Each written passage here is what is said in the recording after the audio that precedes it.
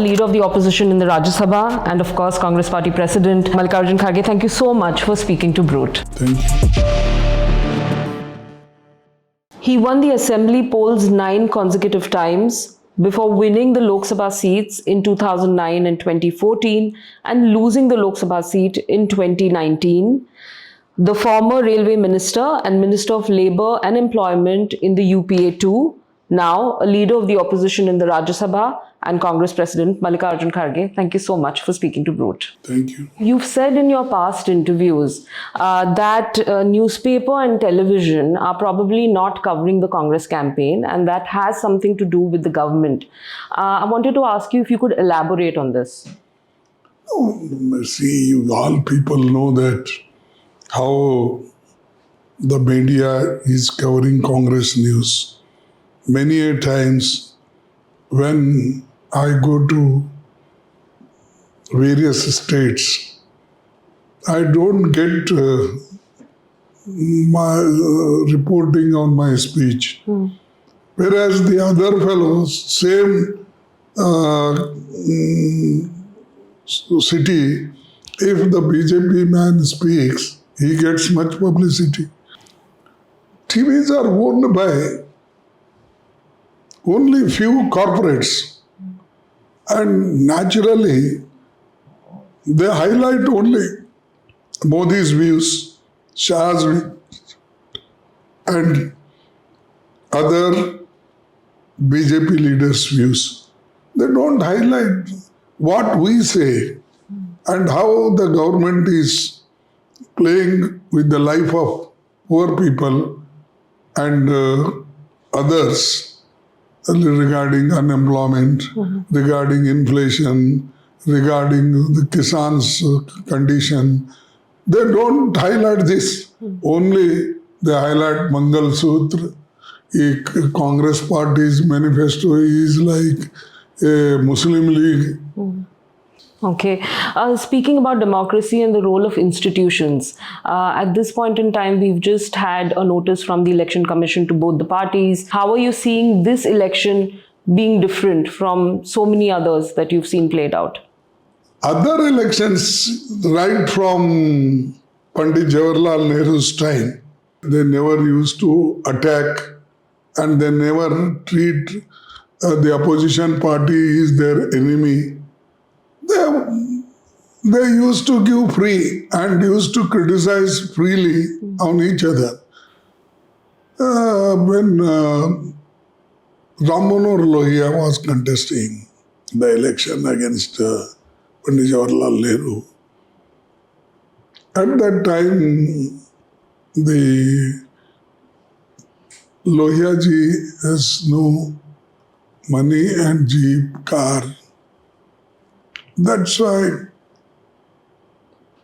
Jawaharlal Nehru thought he has a shortage of funds for his work. Then he sent to his party, Prince Lohiaji, 25,000 rupees and one jeep. Though they were opponents, a different thinking. In spite of that, he sent. Then Ram Manohar Lohia refused to take that jeep, but he kept money because that can be spent for campaigning. And he sent back the jeep. Such people were there in democracy, but today they only hate, and hate speech he does. People expect that Prime Minister should be like our statesman. But instead of becoming a statesman, he has become everywhere he goes, gully, what you say, lane to lane, and he is criticizing Congress Party. Without criticizing Congress, well, their day will not come. His speech will not come. Then why you say that Congress is nothing? Why put out? Why you are often criticizing Congress? It means that you are afraid of Rahul Gandhi, you are afraid of Congress party, you are afraid of our manifesto. All these things are there. Therefore, often he criticizes only Congress and he calls all nasty things about our party. So criticism on policy is something which is okay, animosity is not. Speaking about the Prime Minister and the Congress manifesto, it leads me to my next question. The Indian Overseas Congress Chairman Sam Pitroda had spoken about inheritance tax. He said, and I quote, in America, if one had 100 million worth of wealth, dollars, when he dies, he can only transfer probably 45% to his children. 55% is grabbed by the government, which to me sounds fair, is what Mr. Pitroda had said. The Prime Minister said that in a rally right after that the Congress would snatch property left behind by people for their children. The party's mantra was loot, zindagi ke saath bhi, zindagi ke baad bhi. What would you say about the Prime Minister's comments? The Prime Minister, he should first read our manifesto. Whether it is mentioned in our manifesto. Sam Pitroda might have said on his own individual capacity how it influenced our manifesto. See, every people have got different views. Even during Congress, I was young, there were two groups, Congress Forum for Socialist Action. At that time, Chandrasekhar, Krishnakant, Mohan Daria, other people used to influence that views. And another was Nehru Forum. That also, that group used to encourage the Nehru's views. Right. See, these are the views. And where is the question that snatching your property, where is there any article to snatch the properties, individual properties which is earned by people? Is there any provision in the constitution like that? Or even our election manifesto? Just passing remarks he does. And without knowing, he speaks. And that's why I'm very, I can say that a man like Prime Minister who is completing his 10-year tenure in May, he speaks like this means, I said he has to learn much more about democracy and about how to tell his views properly. Like you said, that views have always been there within a party. People can hold different views. That has to be debated. Growing inequality of wealth and income through suitable changes in policies. This is what the Congress manifesto is saying, that if you come to power, you would be looking at some policies to have a equal distribution. What would some of these policies be? Will it mean taxing the wealthy? Will it mean something else? Let our government come. We'll take decisions, some of this, whether during, before independence, Pandit Jawaharlal Nehru said that we will bring Land Reforms Act. During Indira Gandhi's time, the Land Reforms came. We implemented, and it was successful in Karnataka, Kerala, and West Bengal, and also in Telangana. See, these are the policies without affecting individuals. We will bring, and it is not that only we are targeting some people. No, it is a policy. These policies will be, of course, discussed, and it is not necessarily going to be inheritance tax or taxing the rich. No, not necessary. That will be his views. Why you are bothering? We have our manifesto is clear, and whether have you taken any Mangal Sutra in 55 years? We worked, means ruled, I can't say. We, as a party, we administered nearly 55 years. Anything we have taken from public?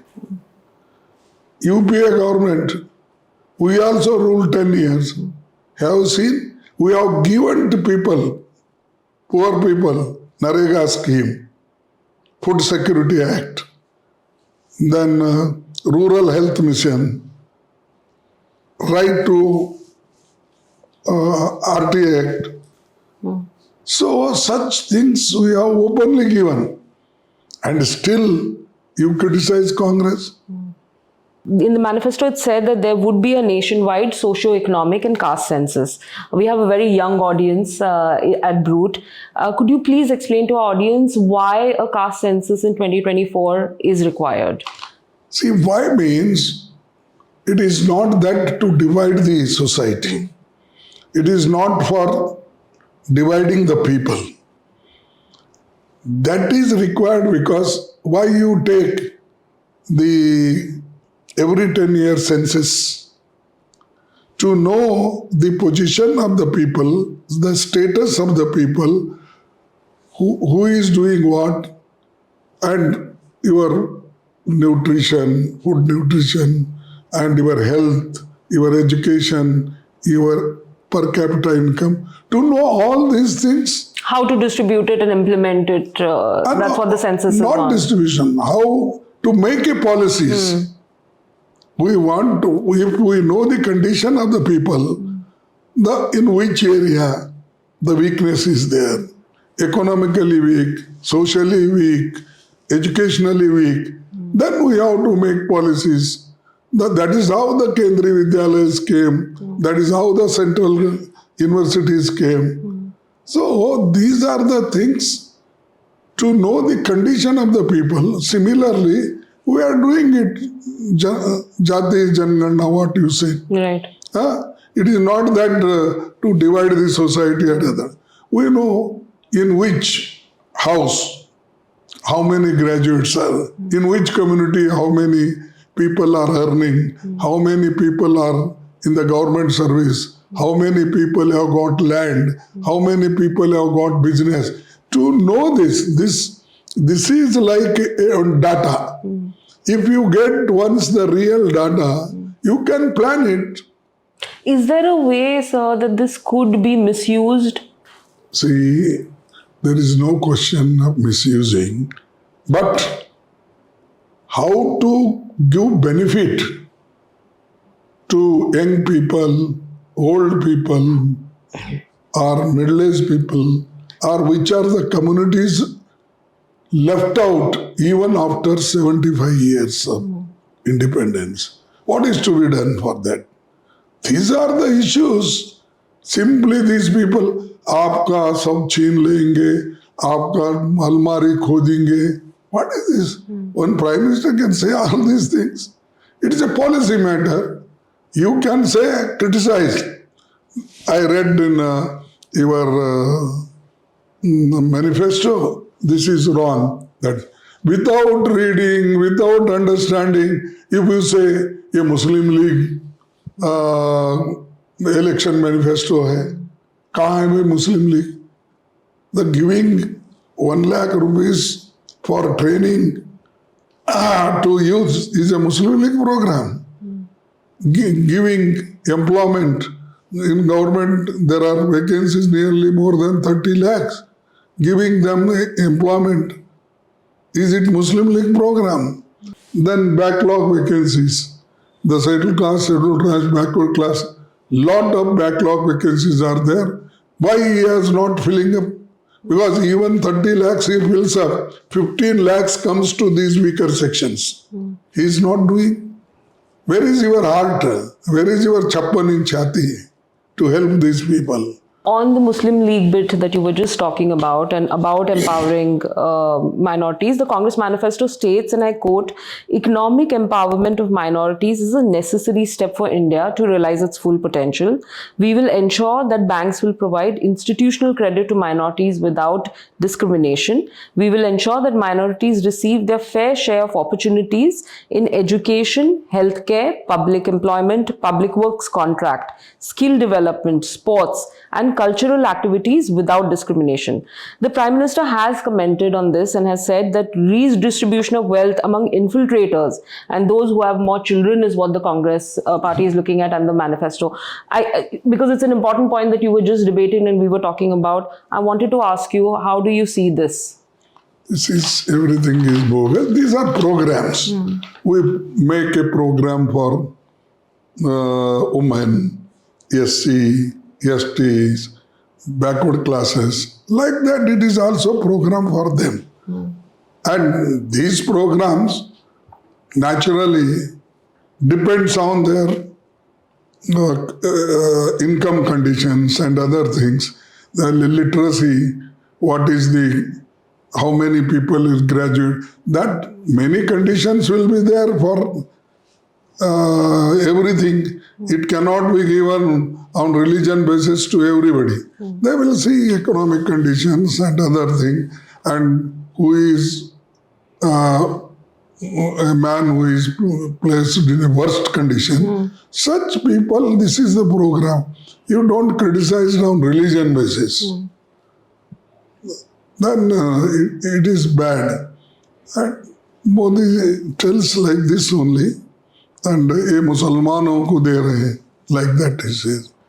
I told you, our programs are not only for Muslims, for everybody.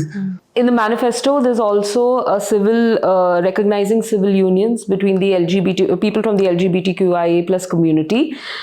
Give us a sense of how these civil unions will work. We of course have US as an example, but in India, if you could give us a sense of what could the civil union look like for people from this community. Time is changing. Earlier this was not there.